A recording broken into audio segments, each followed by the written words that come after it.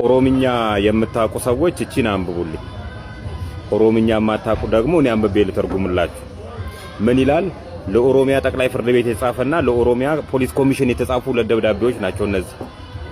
የጤግሮስ ትሬዲንግ የሥራ ኃላፊና ባለቤት የሆኑት ጌታቸው ብርሃኔ ከሀገር እንዳይወጡ ይላል። ምን አልኳችሁ? ይሄ ድርጅት የፊንቴክ ታላቅ ወንድም ነው።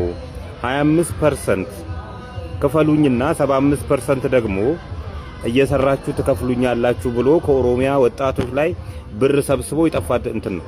አልጠፋም። ኦሬዲ አሁን ላይ በመሞቻው ሰዓት ነው።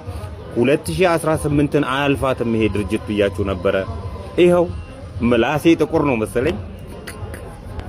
ይሄው የኦሮሚያ ፖሊስ ኮሚሽን ለኦሮሚያ ጠቅላይ ፍርድ ቤት ከሀገር ውስጥ እንዳይወጣ ትዕዛዝ ይተላለፍልን የሚል ደብዳቤ ተጽፎ አግኝቼዋለሁ። እንግዲህ መኪና ይመጣልናል ብላችሁ ብር ያስረከባችሁ ኢትዮጵያውያን የኦሮሚያ ወጣቶች እንኳን አደረሳችሁ።